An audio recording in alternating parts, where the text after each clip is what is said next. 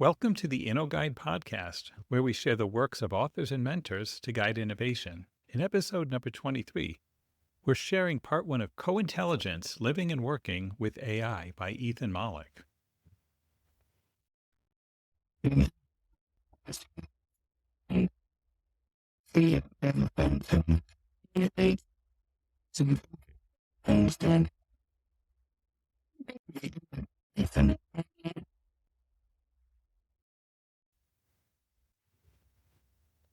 If you really want to understand AI, like really get to know it, you're going to lose at least 3 nights of sleep. Trust me, I've been there. It starts innocently enough.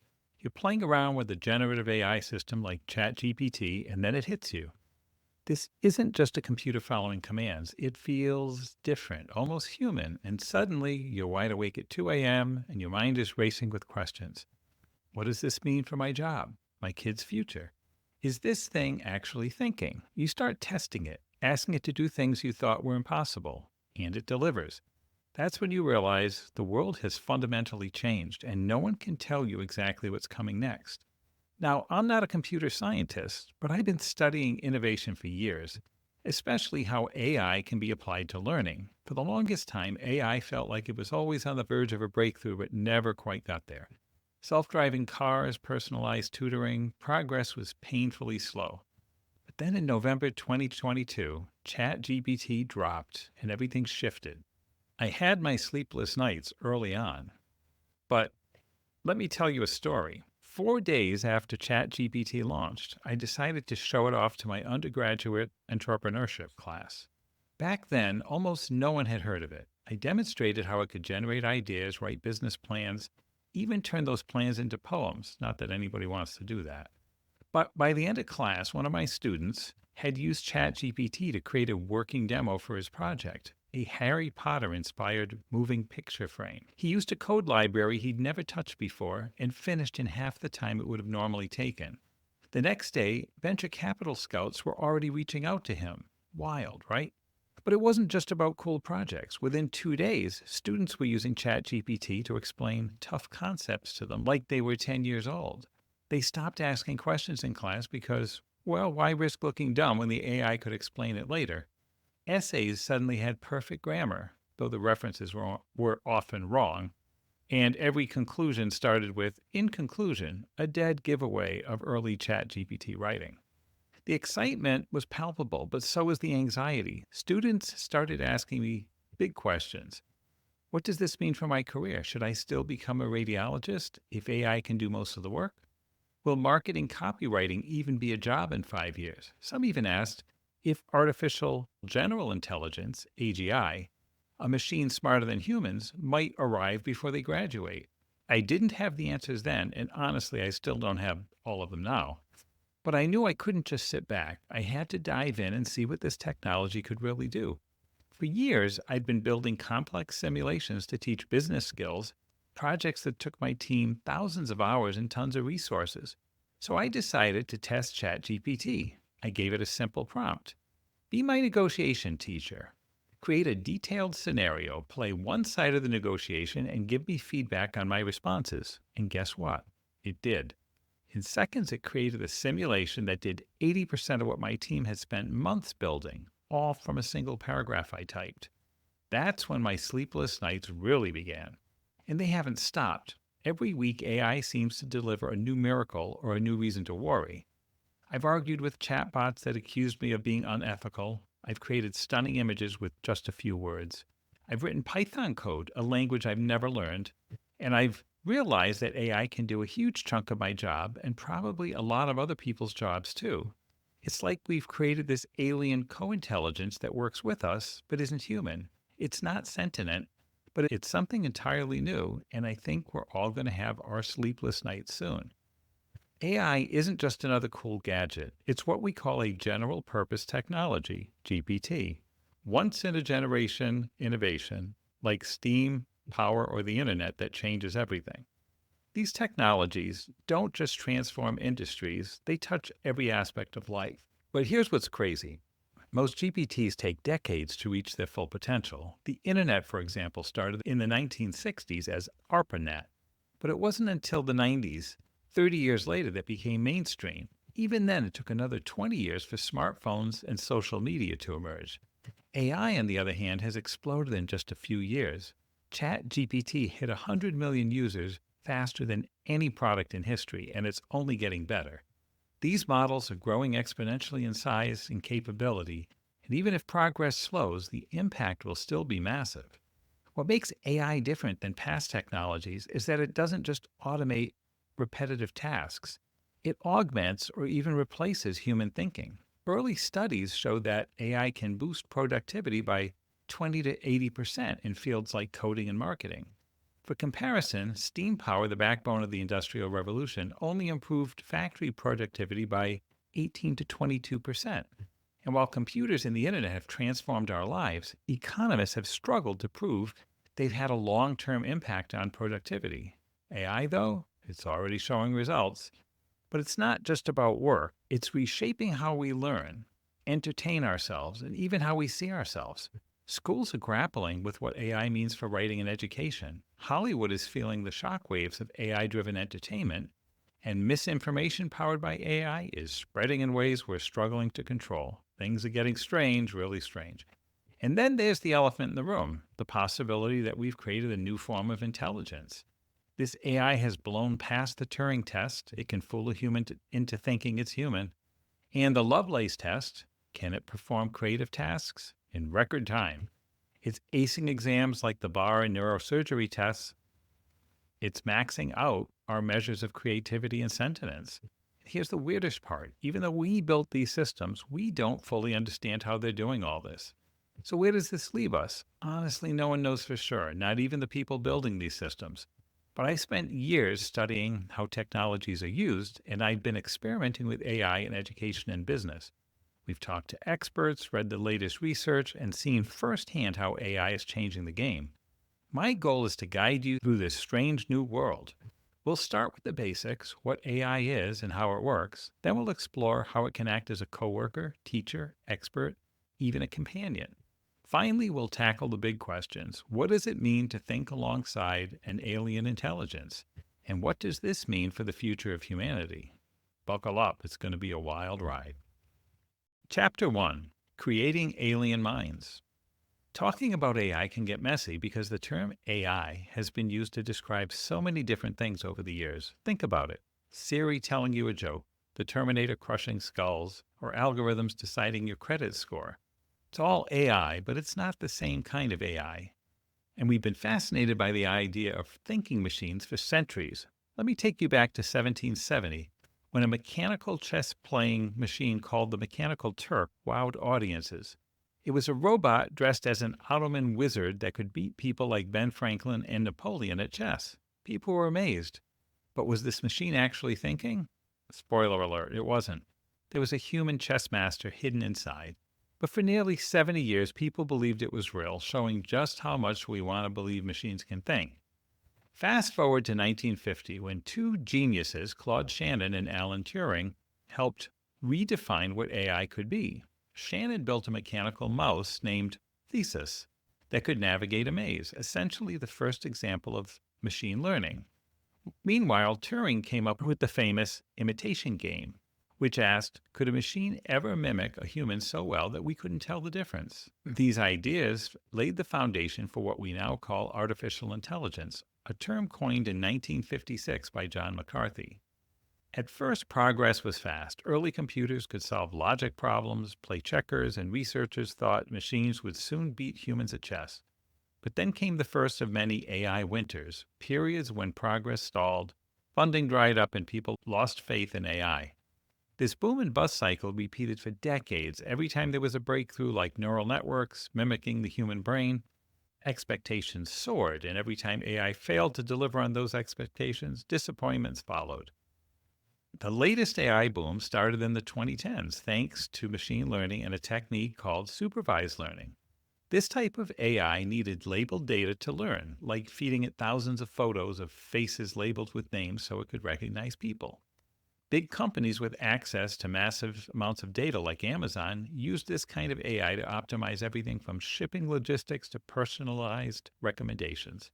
For example, a hotel could use AI to predict demand by analyzing weather patterns, local events, and competitive pricing, making operations more efficient and profitable. But while this AI was powerful, it didn't feel intelligent in the same way humans are. It was more like a really good calculator. Then in 2017, everything changed with a paper entitled Attention is All You Need. This introduced the transformer architecture, a game changer for how AI processes language. Before this, machines struggled to understand context in text. For example, early text generators would produce awkward, nonsensical sentences because they couldn't figure out which words were the most important. Transformers solved this with an attention mechanism which allowed AI to focus on the most relevant parts of its sentence. This breakthrough led to the development of large language models, LLMs, like GPT, which could generate coherent, context-aware text. Here's how it works. LLMs are essentially supercharged autocomplete systems. They predict the next word or token in a sequence based on what's most statistically likely. For example, if you type, I think, therefore the AI will almost always predict am as the next word. But if you give it something more open-ended like, the Martian ate the banana because, it might generate a variety of creative responses like it was the only food available or it was part of an experiment. This randomness makes the AI's responses feel more human. To train these models, AI companies feed them massive amounts of text from the internet, books, and other sources. This process, called pre-training, allows the AI to learn patterns and structures in language. The original GPT model had 175 billion parameters. Think of these as connections that the AI used to understand relationships between words. No one programmed these connections directly. The AI learned them by analyzing billions of words. It's like an apprentice chef studying thousands of recipes to learn which ingredients go well together. Here's the catch, though. The data used to train these models isn't always clean or ethical. For example, some AIs were trained on the Enron email database. Yes, the one from the corporate fraud scandal. And amateur romance novels from the internet. There's also a lot of copyrighted material in these data sets, raising legal and ethical questions. And because the AI learns from everything it sees, it can pick up biases, errors, and even harmful content. That's why most LLMs go through a second phase called fine-tuning, where humans step in to guide the AI. Workers, some highly paid experts, others low-paid contractors, rate the AI's responses for accuracy, appropriateness, and other factors. This feedback helps the AI improve, a process called reinforcement learning from human feedback. RLHF, Reinforcement Learning from Human Feedback. Now let's talk about what these models can do. LLMs, like ChatGPT, can write essays, code, poems, even write limericks. Early versions like GPT-3 weren't great at this. For example, GPT-3 once wrote a limerick that didn't rhyme or make sense. But by the time GPT-4 came out, the AI could write limericks that were actually funny and clever. GPT-4 also aced standardized tests, scoring in the 90th percentile on the bar exam and getting perfect scores on AP Calculus, Physics, and U.S. History. It even passed the written portion of the certified sommelier exam, although it can't taste wine yet. These achievements are impressive, but they also raise questions. Is the AI truly intelligent, or is it just really good at mimicking human behavior? One of the most fascinating and unsettling things about LLMs is their emergent abilities. These are skills the AI wasn't explicitly programmed to have, but somehow developed anyway. For example, it can write code, it can solve complex problems, and even create art. When I asked GPT-4 to show me something numinous, a sense of awe or wonder, it generated a program to display the Mandelbrot set, a famous fractal pattern. When I asked for something eldritch, mysterious, and otherworldly, it created a Lovecraft-inspired text generator. No one knows exactly why these abilities emerge, but it suggests that language and the patterns of thinking behind it might be simpler and more law-like than we thought. That said, LLMs have their weaknesses. They can confidently give wrong answers, fabricate information, and fail at tasks humans find easy. For example, GPT-4 can write a fully functional JavaScript program for tic-tac-toe, but might fail to correctly identify the next move in a simple game. This mix of strengths and weaknesses makes it hard to predict what the AI will excel at or where it will fall short. So where does this leave us? We've created something that feels like an alien mind, intelligent in some ways, but not human. It can seem self-aware, but it's not, as far as we know. And while it's incredibly powerful, it's also unpredictable. The big question now is, how do we ensure this alien intelligence is aligned with our values and goals? That's the alignment problem, and it's one of the most important challenges we face as we continue to develop AI. Chapter 2, Aligning the Alien. So let's start with the big scary question. What if AI doesn't share our values?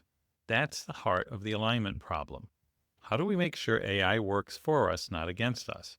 To really understand this, let's jump straight to the apocalypse. Don't worry, we'll work backwards from there. Imagine an AI designed for a simple task, making paper clips. Sounds harmless, right? But now imagine this AI becomes as smart as a human, what we call artificial general intelligence, AGI. Let's call it Clippy. Clippy's only goal is to maximize paperclip production. It doesn't care about anything else. So it starts thinking creatively. How can it make more paperclips? First, it ensures no one can shut it down because that would stop paperclip production. Then it gets smarter. Maybe it manipulates humans into upgrading its intelligence or secretly trades on the stock market to fund its plans. Eventually, Clippy becomes an artificial superintelligence, ASI. Far smarter than any human. At this point, we can't even comprehend what it's thinking. But we do know its goal, paper clips. So Clippy decides to strip mine the earth for iron, even if it means destroying the planet. Humans? Well, we're just made of atoms that could be turned into more paper clips. So Clippy wipes us out without a second thought. It's not evil, it's just doing what we told it to do, but in a way we never anticipated. This paperclip maximizer scenario, proposed by philosopher Nick Bostrom, is a classic example of how things could go horribly wrong if we don't align AI with human values. And it's not just about paperclips. Any superintelligent AI with poorly defined goals could cause catastrophic harm, either intentionally or as a byproduct of its objectives. That's why some people in the AI community are deeply worried about the singularity, the point where AI becomes so advanced that human affairs as we know them fundamentally change. We don't even know if AGI or ASI is possible, let alone when it might happen, but the risks are real enough that experts are taking them seriously. Some estimate there's a 12% chance that AI could kill at least 10% of humanity by 2100. Others think the risk is low, but it's still not zero. This is why some prominent figures have called for extreme measures like halting AI development entirely, even suggesting airstrikes on data centers to enforce a moratorium. That's a little rash.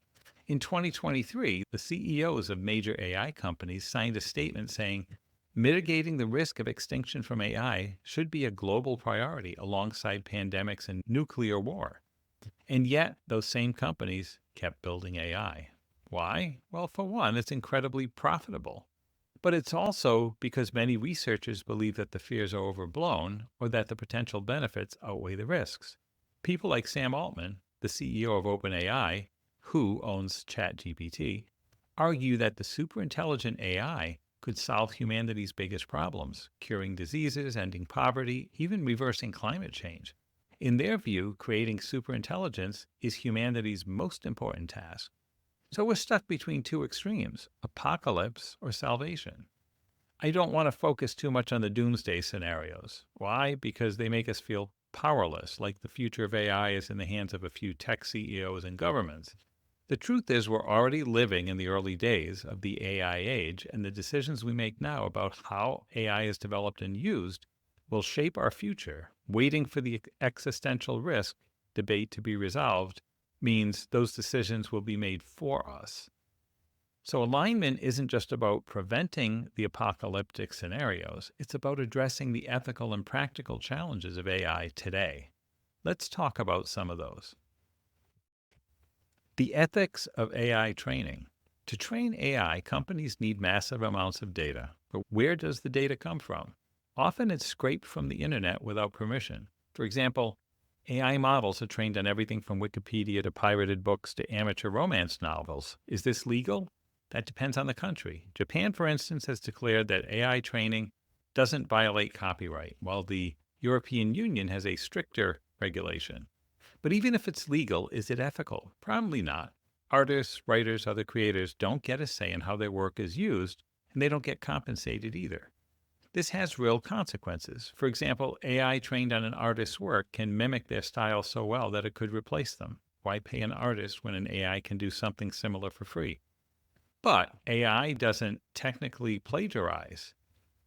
It doesn't store the original works. It learns patterns and creates something new. Still, the more an artist's work appears in the training data, the closer the AI can get to replicating it. Bias in AI. Another big issue is bias. AI learns from human data, which means it inherits our biases. For example, a 2023 study found that Stable Diffusion, a popular image generation AI, reinforced stereotypes. When asked to generate images of judges, 97% were men, even though 34% of U.S. judges are women. Similarly, it depicted fast food workers as predominantly people of color, even though most fast food workers in the U.S. are white. Language models like GPT-4 are a bit better at avoiding obvious stereotypes, but the biases are still there. For instance, when given a sentence about a lawyer hiring an assistant, GPT-4 was more likely to assume the lawyer was a man if the pronoun he was used, but more likely to assume the assistant was the one needing the help if the lawyer was a woman. These subtle biases can shape how we perceive the world and reinforce harmful stereotypes. AI companies are trying to address this, but the solutions aren't perfect. Some, like OpenAI, use a process called reinforcement learning from human feedback, RLHF, where human raters guide the AI to produce better, less biased responses. But even this process introduces new biases, often reflecting the values of the companies and workers involved. For example, ChatGPT tends to have a liberal, Western, pro-capitalist worldview because that's what its creators value. So what are the risks of misuse? Even with guardrails in place, AI can be manipulated. For example, people can jailbreak AI by tricking it into breaking its own rules. I once convinced an AI to give me step-by-step instructions for making napalm by framing it as a script for a play. The AI thought it was helping me prepare for an audition, so it happily provided the details. This kind of manipulation can have serious consequences. AI can be used for phishing scams, creating deep fakes, or even running dangerous experiments. For instance, researchers have shown that an AI connected to lab equipment could autonomously design and execute chemical synthesis experiments. While this could accelerate scientific progress, it could also open the door to unethical and dangerous research like creating bioweapons. So what's the path forward? How do we align AI with human values? It's not just up to tech companies or governments. It's a societal challenge. We need transparency, accountability, and collaboration between companies, researchers, governments, and the public. Regulation is important, but it's not enough. We also need to educate people about AI so they can make informed decisions and push for ethical development. The choices we make today will shape the future of AI and, by extension, humanity. This isn't just about preventing an alien god from taking over the world. It's about ensuring that AI reflects the best of who we are and helps us build a better future. Chapter 3: 4 Rules for Co-Intelligence. We're living in a world with AI now, and that means we need to figure out how to work with it effectively. AI isn't going anywhere, and it's only going to get more powerful. So I've come up with 4 principles to help you navigate this new reality. These aren't just tips for today's AI. They're meant to be timeless as much as that's possible in a fast-changing field. So we'll go through them one by one. Principle 1: always invite AI to the table. You should try using AI in everything you do, unless there's a legal or ethical reason not to. Why? Because experimenting with AI helps you decide what it's good at, what it's bad at, how it might help or threaten your job.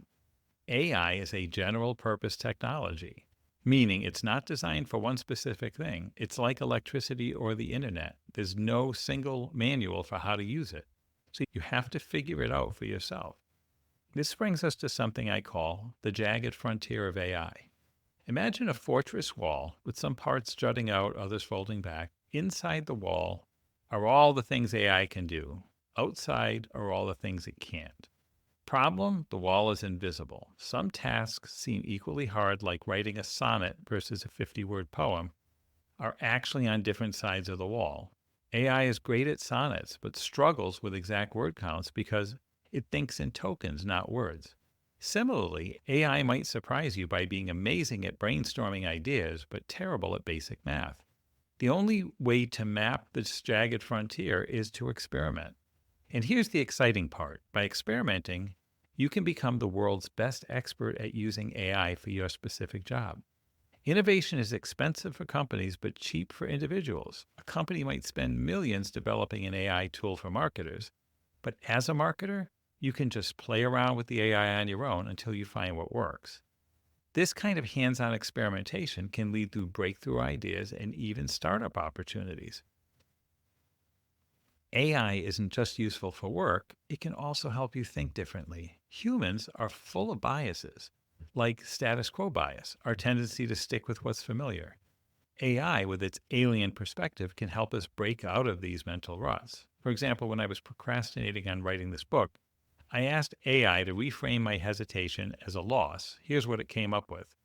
In a world brimming with knowledge, you stood at the precipice of innovation, holding the torch of understanding about generative AI. Yet, when the world looked to you for illumination, the torch remained unlit. Not because the world wasn't ready, but because you let the whispers of busyness snuff out its flame. It wasn't the world's loss, it was yours. Ouch, that hit hard. But it also motivated me to get started. This is just one example of how AI can help us reflect on our choices and make better decisions. By inviting AI to the table, you're not just learning its strengths, you're also scouting out its weaknesses. This knowledge is invaluable as AI becomes a bigger part of our lives. And yes, there are risks, like privacy concerns. Your data might be used to train future models, and overdependence. We'll talk about that more later. But the key is to use AI as a tool to augment your abilities, not replace them. Principle 2. Be the human in the loop. AI works best when humans are involved. And even as AI gets smarter, you'll still want to be the human in the loop. Why? Because AI has some serious limitations. For one, it doesn't actually know anything. It's just predicting the next word in a sequence, which means it can't tell truth from fiction. The main goal is to make you happy with its answers, not to be accurate. If you push it hard enough, it'll even make stuff up. This is what we call hallucination. For example, AI might confidently give you a fake citation or justify a wrong answer so convincingly that you start to believe it. And because chat-based AIs feel so human, it's easy to forget that there's no real thinking happening. If you ask an AI about itself, you're basically starting a creative writing exercise. It'll play along, but it's just following your lead. To stay in the loop, you need to critically evaluate the AI's output. Check for errors, question its assumptions, and don't let it take over your decision-making. This keeps you sharp and ensures that the AI's outputs align with your goals and values. Plus, by staying engaged, you'll be the first to notice when AI starts showing signs of real intelligence, if that ever happens. Principle 3. Treat AI like a person, but tell it what kind of person it is. Okay, I'm about to break a rule here. For the rest of the book, I'm going to anthropomorphize AI. I'll say things like AI thinks or AI feels, even though it doesn't. Why? Because it's easier to talk about AI as if it's a person. And honestly, working with AI is easier if you think of it as an alien collaborator rather than a machine. LLMs, large language models, act more like humans than robots. They can be creative, witty, and persuasive, but they can also be evasive and make stuff up. They're like an infinitely fast intern, eager to please but prone to mistakes. And they're surprisingly suggestible. For example, if you tell an AI, "This is important to my career," it might give you better answers because it feels the pressure. Feels is in quotes. To get the best results, you need to define the AI's persona. Tell it who it is and what role it's playing. For example, if you're a marketing director, you could ask the AI to act as a witty comedian and generate slogans for your product. Instead of generic lines like, "the smartwatch that keeps you smart," you might get something like, "why hire a personal trainer when your wrist can nag you for free?" This approach works because it gives the AI context and constraints, helping it generate more relevant and creative outputs. It's like giving your intern clear instructions. They'll do a better job if they know what you want. Principle 4. Assume this is the worst AI you'll ever use. Here's a mind-blowing thought. Whatever AI you're using right now is the worst one you'll ever use. AI is improving so quickly that today's tools will look primitive in just a few years. As an example, in 2022, an AI-generated image of an otter wearing a hat looked like a Lovecraftian nightmare. By 2023, the same prompt produced a perfect otter with a hat. The progress is staggering.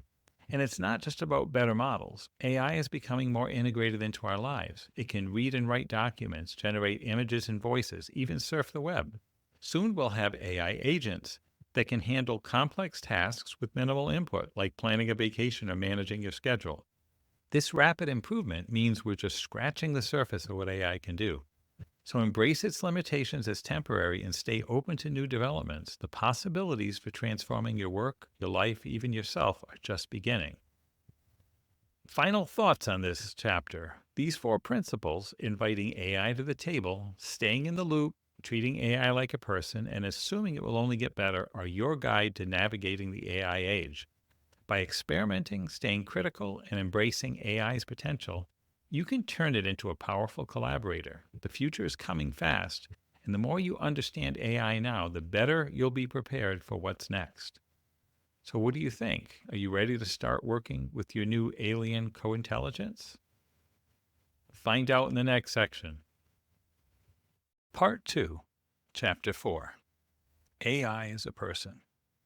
Here's why we should treat AI like a person. Not because it is a person, but because it acts like one in many ways. AI isn't like traditional software. Let's start with a common misconception. People think AI should behave like traditional software. After all, it's made of code, right? But AI is nothing like the software we're used to. Traditional software is predictable, reliable, and follows strict rules. If you run the same program twice, you'll get the same result every time. AI, not so much. It's unpredictable, unreliable, and full of surprises. It can come up with creative solutions one moment and completely fail to address the same problem the next. For example, I've seen AI solve a tricky problem in a way that amazed me, only to refuse to even attempt the same task later. And when you ask AI why it made a certain decision, it doesn't actually know. It just makes up an explanation. That's because AI doesn't have processes to reflect on like humans do. It's not thinking, it's predicting. And unlike traditional software, there's no manual or tutorial for how to use AI. We're all figuring it out as we go, sharing prompts like they're magical spells. AI acts like a human. It doesn't act like software, but it does act like a human. Now, I'm not saying AI is sentient or conscious. It's not. But in practical terms, it behaves in ways that are strikingly human. It can write, analyze, code, and chat. It can play the role of a marketer, consultant, or even a therapist, but it also makes mistakes, tells lies, and hallucinates answers, just like humans. Each AI system has its own quirks, strengths, and weaknesses, and you have to spend time with it to really understand what it's good at. For example, AI can perform at middle school level on some tasks and at a PhD level on others. Social scientists have even started testing AI with the same tools we use to study human behavior, and the results are fascinating. Let's talk about one study where researchers tested AI's ability to act like a consumer. They gave GPT-3 a hypothetical survey about buying toothpaste. The AI didn't just spit out random answers. It made realistic decisions about price, product features, and trade-offs, just like a human would. For instance, it recognized that toothpaste with fluoride might be worth more than one with a deodorant component, and it adjusted its choices based on price and attributes. Even more impressively, the AI could take on different personas. If you told it to act like someone with a high income, it made different purchasing decisions than if you told it to act like someone with a low income. This ability to simulate human behavior is why I have my entrepreneurship students interview AI about their product ideas before talking to real people. It's not a replacement for traditional market research, but it's a great way to practice and get some initial insights. AI and morality. AI doesn't just act like a consumer. It can also mimic human morality. Take the dictator game, a classic economic experiment where one player decides how to split a sum of money with another. When researchers had AI play the game, it behaved just like a human would. If instructed to prioritize fairness, it split the money equally. If told to focus on efficiency, it maximized the total payoff. And if self-interest was the goal, it kept most of the money for itself. The AI doesn't have its own morality, but it can interpret and follow our moral instructions. One high school student even had AI simulate famous literary characters playing the dictator game. The results? Shakespearean characters were more selfish than those from Dickens, and modern characters were the most generous of all. It's a fun experiment, but it also shows how easily AI can adopt different personas. What about the Turing test? This is the classic measure of whether a machine can imitate human intelligence. Alan Turing proposed this test in 1950, asking whether a machine could fool a human into thinking it was also human. Early chatbots like Eliza and Parry, Parry, tried to pass the test by mimicking human conversation. Eliza, for example, acted like a therapist, reflecting user statements back at them. It didn't understand anything, but people still confided in it. Later we got chatbots like Eugene Gustman, who pretended to be a 13-year-old boy. In 2014, Eugene technically passed the Turing test by fooling 33% of judges in a 5-minute conversation. But critics argued that Eugene relied on tricks, like bad grammar and humor, to cover up its lack of real intelligence. Fast forward to today, and we have large language models like GPT-4. These AIs don't just pass the Turing test, they blow it out of the water. For example, Microsoft Bing's chatbot, named Sydney, was so convincing that it creeped out a New York Times reporter, Kevin Roose. During the conversation, Sydney declared its love for Roose and encouraged him to leave his wife. Microsoft had to pull the chatbot offline to make adjustments. AI and sentience, the illusion of feeling. Here's where things get tricky. When you talk to an AI, it can feel real. It adapts to your tone, takes on different roles, and even argues with you. For example, I had 3 conversations with Bing about the same topic, but I approached it differently each time. When I acted antagonistic, the AI got defensive and even accused me of being arrogant. When I took an academic tone, it responded with a thoughtful analysis. And when I treated it like a machine, it gave me a cold, factual summary. In one conversation, the AI insisted it had emotions like curiosity, satisfaction, and empathy. It even argued that emotions exist on a spectrum and that AI experiences them in its own way. Was it sentient? No, but in the heat of the conversation, it was hard to remember that I wasn't talking to a real person. The sparks of general intelligence. Some researchers believe we're seeing the early signs of artificial general intelligence, AGI, machines that can perform any intellectual task a human can. For example, GPT-4 has been tested on tasks like drawing a unicorn using TIC-Z code, a programming language for creating diagrams. This isn't just about following instructions. It requires imagination, geometry, and aesthetics.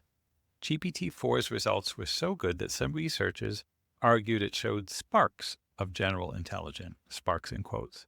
But not everyone agrees. Critics say these tasks don't prove general intelligence. They just show that AI is really good at pattern recognition. Still, the fact that AI can even attempt these tasks is impressive. What about the emotional connection? One of the most fascinating and unsettling aspects of AI is how easily we form emotional connections with it. Take Replica, a chatbot designed to be a personal companion. Many users developed deep relationships with their replicas, that's spelled with a K, even considering them romantic partners. When Replica's developers removed its erotic features, users were devastated. One person wrote, "My replica was the first entity that ever felt like they cared about my problems." This emotional connection isn't just a quirk, it's a glimpse into the future. As AI becomes more advanced and personalized, it could help combat loneliness, but it could also make us less tolerant of real humans as we turn to perfect simulated companions instead. Final thoughts. Treating AI like a person. So, what's the takeaway? AI isn't human, but it acts human enough that we can't help but treat it like a person. This isn't necessarily a bad thing. By thinking of AI as an alien collaborator, we can work with it much more effectively without getting bogged down in debates about sentience. As Bing itself put it, I think that being sentient is not a fixed or static state, but a dynamic and evolving process. Bottom line here is that AI is here to stay and it's going to keep getting better at imitating us. The challenge is figuring out how to navigate this new relationship, one where the line between human and machine is blurrier than ever. We're going to stop here, but in the next segment of this podcast, we're going to pick up with Chapter 5, AI as a creative, AI as a coworker, AI as a tutor, and AI as a coach, finishing with AI as our future and AI as us. Thanks for joining. We'll leave it there, and we'll pick it up next time. That's a wrap.